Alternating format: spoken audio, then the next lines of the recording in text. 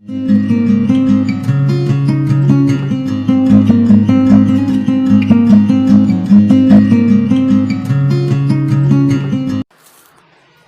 Morning students, कैसे हैं आप सभी? आई होप अच्छे होंगे। आज मैं फिर से आपका स्वागत करता हूं अपने एजुकेशन चैनल पे, यूट्यूब एजुकेशन चैनल द गुरु उपनिषद पे। स्टूडेंट्स, ये video specially class 10th students के लिए है जिनके इंग्लिश के मेन रीडर बुक से फर्स्ट स्लाइड से chapter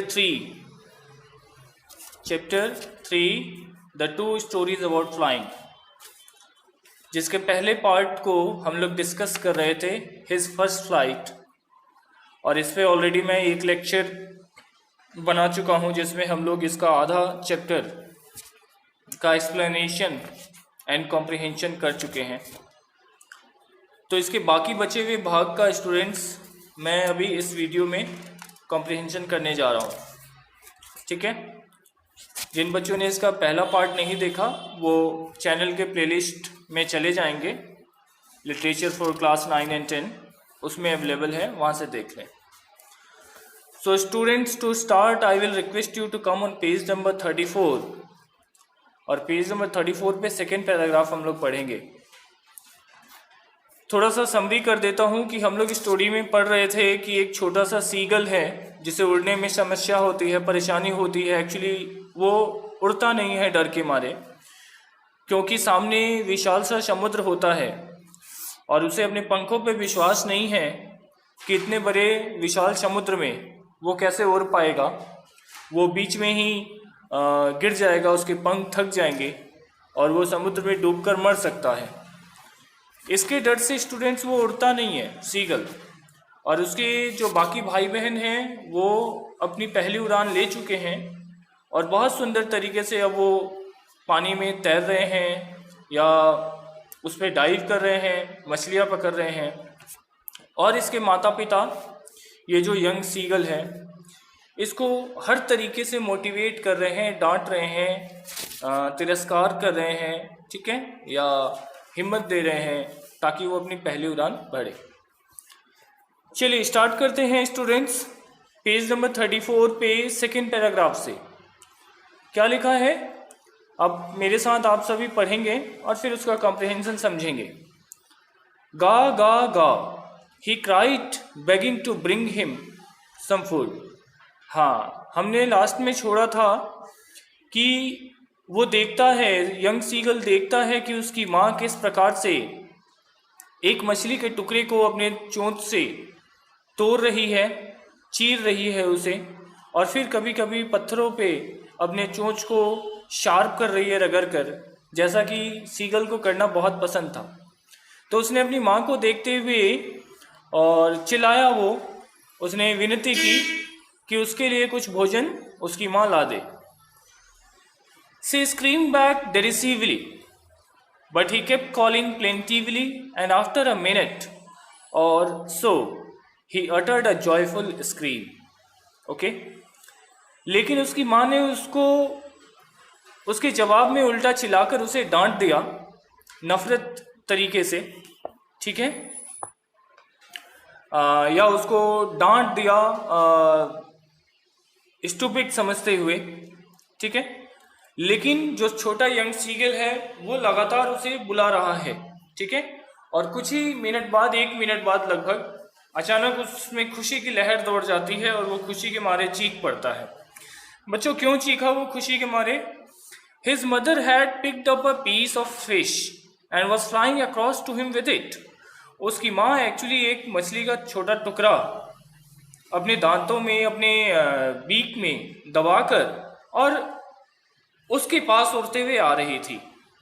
He leaned out eagerly, tapping the rock with his feet, trying to get nearer to her as she flew across. But when she was just opposite to him, she halted, her wings motionless, the piece of fish in her beak almost within the reach of his beak. तो अपनी माँ को अपनी तरफ आते हुए जो young seagull है स्टूडेंट्स, वो खुशी से झूम उठा, उसने चीख निकाली खुशी की और फिर वो ईगरली, उत्सुकता पूर्वक वो अपने पैरों को टैप करते हुए उस पत्थर पे एकदम किनारे पे जा बैठा, किनारे की तरफ बढ़ने लगा, ताकि वो अपनी माँ के और करीब और भोजन के और करीब वो जा सके, ताकि जल्दी से जल्दी वो उस मछली के टुकड़े को खाए और उसकी तृप्ति हो, उसकी भूख खत्म हो। लेकिन ये क्या हुआ, जैसे ही उसकी माँ एकदम ठीक उसके सामने थी, वो रुक गई वहीं पर। उसके पंख जो है एकदम मोशनलेस हो गए, हिल नहीं रहे हैं पंख हवा में, वैसे ही वो स्टे कर गई। ठीक है, और सामने यंग सीगल है और उसके सामने उसकी माँ, जो कि अब उसके करीब नहीं आ रही है, एकदम करीब आकर भी रुक गई और उसके चोंच में जो है मछली का टुकड़ा दबा हुआ है। ठीक है, आगे पढ़िए। He waited a moment in surprise, wondering why she did not come nearer, and then, maddened by hunger, he dived at the fish. ठीक है, उसने सरप्राइज में इंतजार किया सॉरी, उसने मतलब कि वो अचंभित हो गया था कि आखिर मेरी माँ इतने करीब आकर क्यों रुक गई, क्या चाहती है। लेकिन उससे ज्यादा देर रुका नहीं गया। ठीक है, और वो अचानक से वो जंप कर गया मछली के टुकड़े पे हमला करने के लिए, उसे अपने चोंच से दबाने के लिए वो डाइव कर गया। With a loud scream, he fell outwards and downwards into the space. और जैसे ही वो कूदा खुले आसमान में, खुली हवा में, वो नीचे की तरफ और बाहर की तरफ गिरने लगा और गिरने के साथ साथ उसकी बहुत जोर से चीख निकल गई। Then a monstrous terror seized him and his heart stood still. अचानक से उसके दिल की धड़कन जो है उसकी रुक गई। ठीक है, कुछ क्षण के लिए, और एक भयानक डर उसके ऊपर हावी हो गया। ओके, मतलब एकदम से वो डर गया। The next moment he felt his wing spread outwards. और अगले ही पल उसने महसूस किया कि उसके जो पंख है वो अब बाहर की तरफ खुल गए हैं। ठीक है, The wind rushed against his breast feathers and under his stomach and against his wings. और जो हवा है वो अब तेज वेग से उसके पंखों से होकर, उसके ब्रेस्ट से होकर और उसके बॉडी से होकर, ठीक है, गुजरने लगी। ठीक है, और उसके पेट को छूते हुए हवा जो है गुजरने लगी। He could feel the tips of wings cutting through the air. और वो हवा के में खुद को स्विफ्ट करते हुए उसे महसूस हो रहा था। ठीक है, कि किस प्रकार से उसके जो पंख हैं, पंख के कोने, कॉर्नर हैं, टिप्स हैं उसके, वो किस प्रकार से हवा को काटते हुए आगे बढ़ रहे हैं। ठीक है, He was not falling headlong now. और अब वो नीचे की तरफ नहीं गिर रहा था, बल्कि he was soaring gradually downwards and outwards.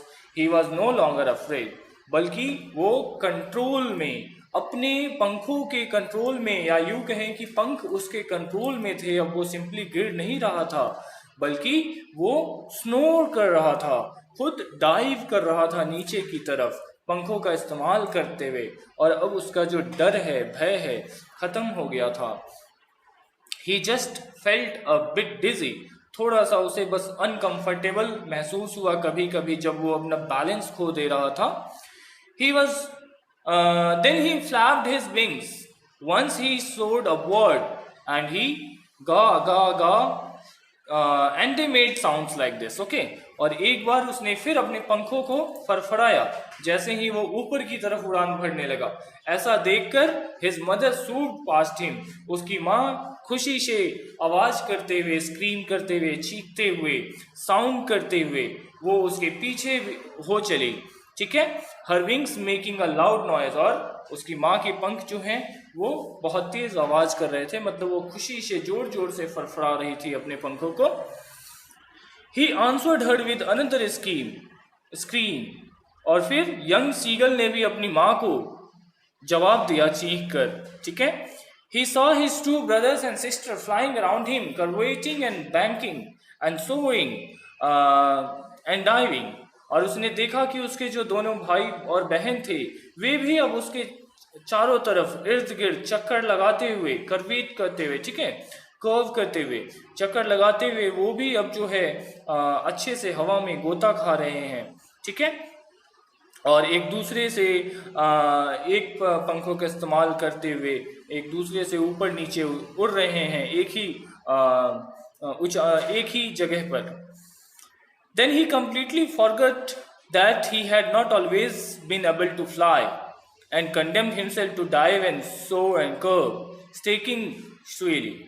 उसके बाद से वो जो यंग सीगल है पूरे तरीके से भूल गया कि एक समय ऐसा भी था कि जब उसे उड़ना नहीं आता था, ठीक है। और फिर उसने कमेंडेड हिमसेल्फ, उसने अपने आप को डाइव करने का, शोर करने का, कर्व करने का, ये जितने कलाबाजियां हैं पक्षियों की, जैसे कि उसके भाई बहन कर रहे थे वैसे उसने भी करना शुरू कर दिया। He was near the sea now, flying straight over it, facing straight over the ocean. He saw a vast green sea beneath him with little ridges moving over it, and he turned his beak sideways and cawed amusedly. Students, अब वो जो young seagull है वो एकदम खुले समुद्र के ऊपर खुला आसमान है, नीचे पूरा विशाल फैला हुआ समुद्र है, उसके ऊपर एकदम सीधा वो तैर रहा था और उसके करीब पहुंच गया था, पानी के करीब। नीचे अपने उसने देखा कि एकदम पानी का रंग हरा दिख रहा है, फैला हुआ है दूर तक, छोटे छोटे उसमें लहरें उठ रही हैं, ठीक है। और उसने उधर से साइड की तरफ, मतलब किसी एक दिशा में उसने मोड़ा और फिर अपने अचंभा में विस्मित होकर उसने फिर एक बार खुशी से आवाज की।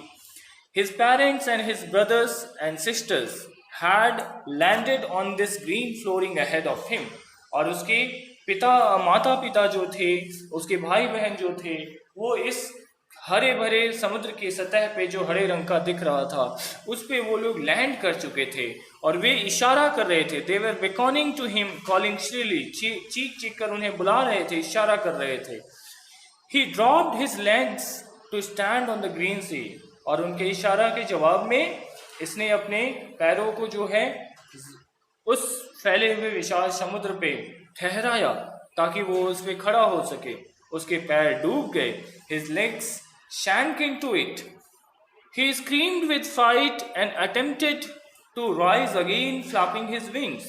But he was tired and weak with hunger and could not rise, exhausted by the strange exercise. ठीक है, उसके पैर जो है, जैसे ही उसने कोशिश की उस विशाल फैले हुए समुद्र पे ठहरने की, रुकने की, उसके पैर डूब गए। अचानक उसे डर लग गया कि अरे वो डूब रहा है, चिल्ला पड़ा डर के मारे वो, ठीक है। और कोशिश किया उसने एक बार अपने पंखों को फड़फड़ाने की ताकि वो डूबने से बच जाए, उड़ जाए, लेकिन पहली बार चूंकि वो तैर रहा था इसके लिए एक नया अद्भुत एहसास था ये फ्लाइंग।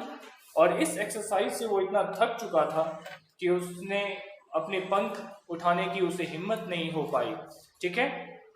और उसके पैर जो हैं वापस समुद्र में डूबने लगे। His feet sank into the green sea and then his belly touched it and he sank no further. लेकिन बाद में उसके पैर, उसने देखा कि उसके पैर डूब गए पानी में, और पैर डूबने के बाद उसके जो बेली है, पेट के निचले हिस्से में पानी के सतह को जैसे ही छुआ उसने देखा कि अब वो और नहीं डूब रहा है। So students, he was floating on it and around him his family was screaming, praising him and their beaks were offering him scraps of dogfish.